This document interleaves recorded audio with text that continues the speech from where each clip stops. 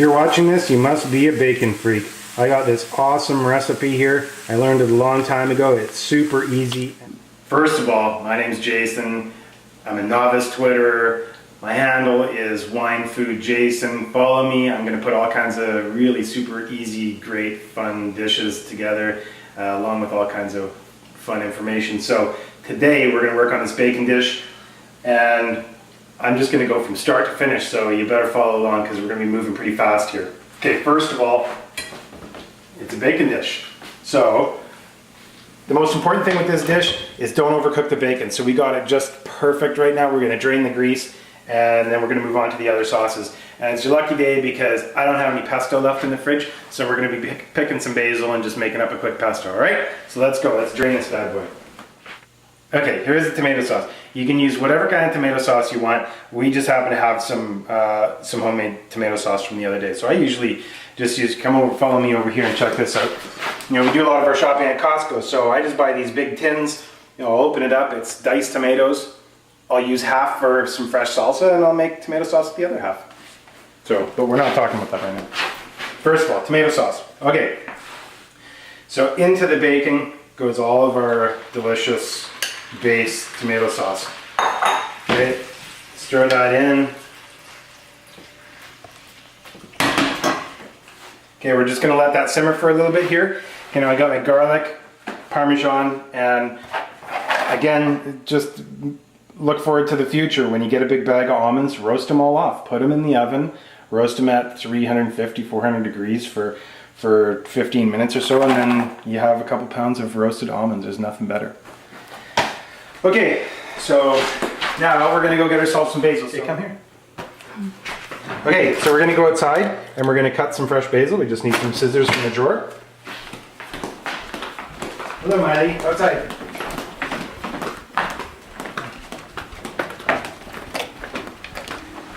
Now we're into September. Our basil is like big and crazy and full of flavor. So is our thyme, so is our sage, so is our oregano, our habanero peppers, our chili peppers, jalapeno peppers.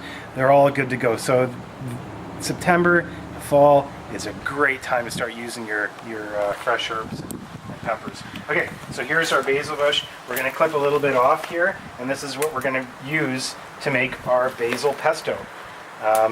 Don't need very much, just enough for this particular sauce. And pestos don't necessarily have to be basil pestos. They can be sun-dried tomato pesto. You can make a mushroom pesto. There's all kinds of different stuff. So let's take this inside, we'll wash it off, and we'll make ourselves some pesto. Come on.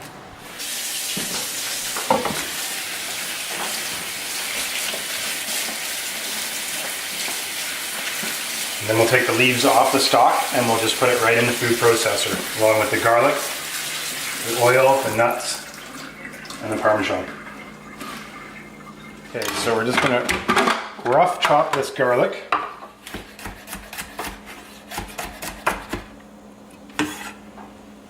Put that in the food processor.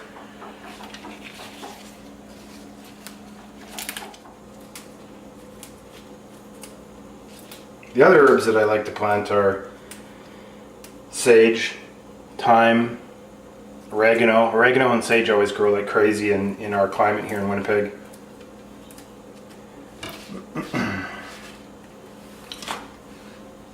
Great with roast chicken.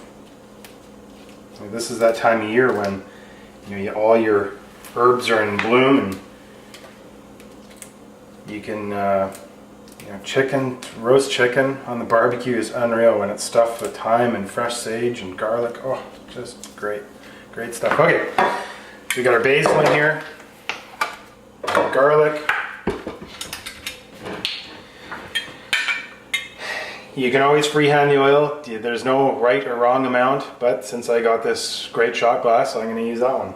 Okay, so we're going to put about 4 ounces of oil in there. There's 2.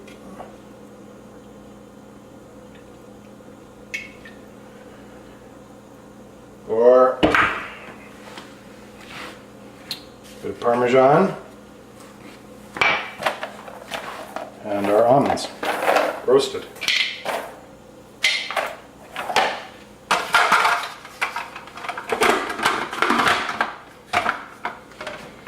Usually I'll put a little bit of salt and pepper because this is going right into our sauce, there's lots of salt in the bacon, so the dish is going to be have lots of flavor already.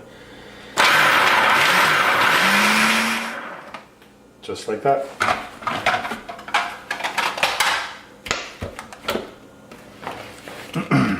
There's our pesto. So we got fresh pesto. We used roasted almonds instead of pine nuts because I didn't have any pine nuts.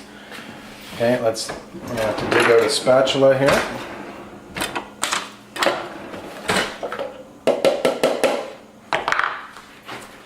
Just gonna add this pesto right into our tomato sauce.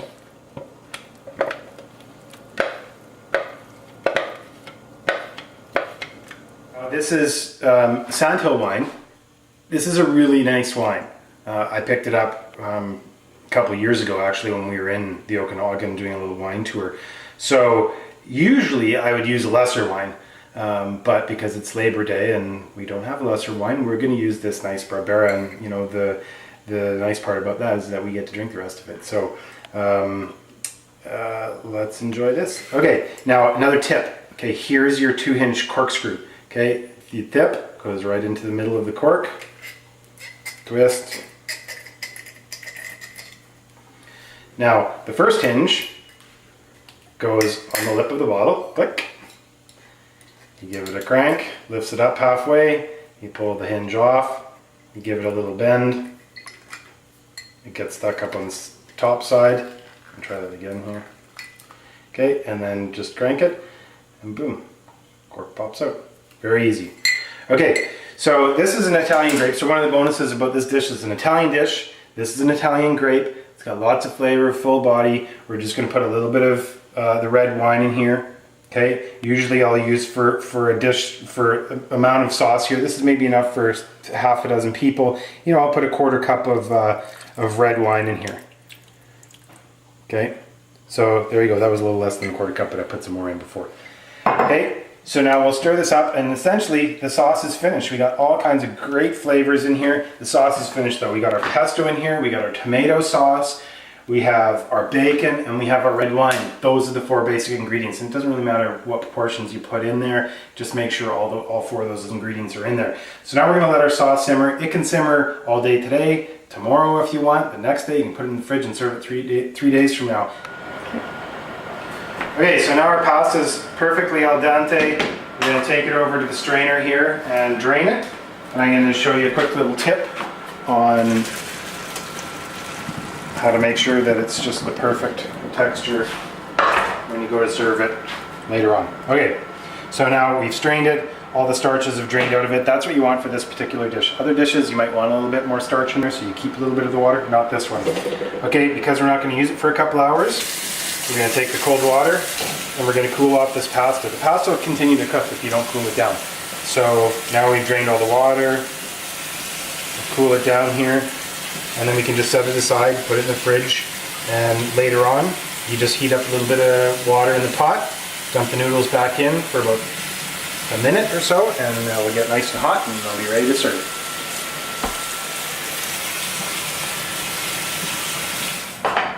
I'm just going to show you guys how to put together, you know, how I'd be putting it together if I was serving it for some friends.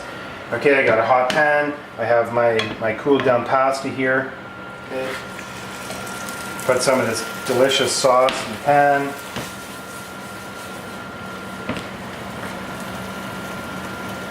This pasta's been heated up already. And we just dump it in with our sauce here. A little bit of Parmesan cheese. It's nice to put the Parmesan right on the noodles. What happens is the Parmesan will melt to the noodle a little bit. And then when you toss the pasta gets absorbed into the cheese, sticks to the noodle, creates a little slice of heaven. Okay, so give it a quick little toss. Make a mess. If you make a mess, you know you're doing it right. And then right into the bowl. So there we have it. Delicious, rich, colorful, fresh herbs. Put a little sprinkle of Parmesan on there. A little bit of fresh basil. And knock the socks off your friends. Okay, there we go. Bon appetit. Ciao, baby.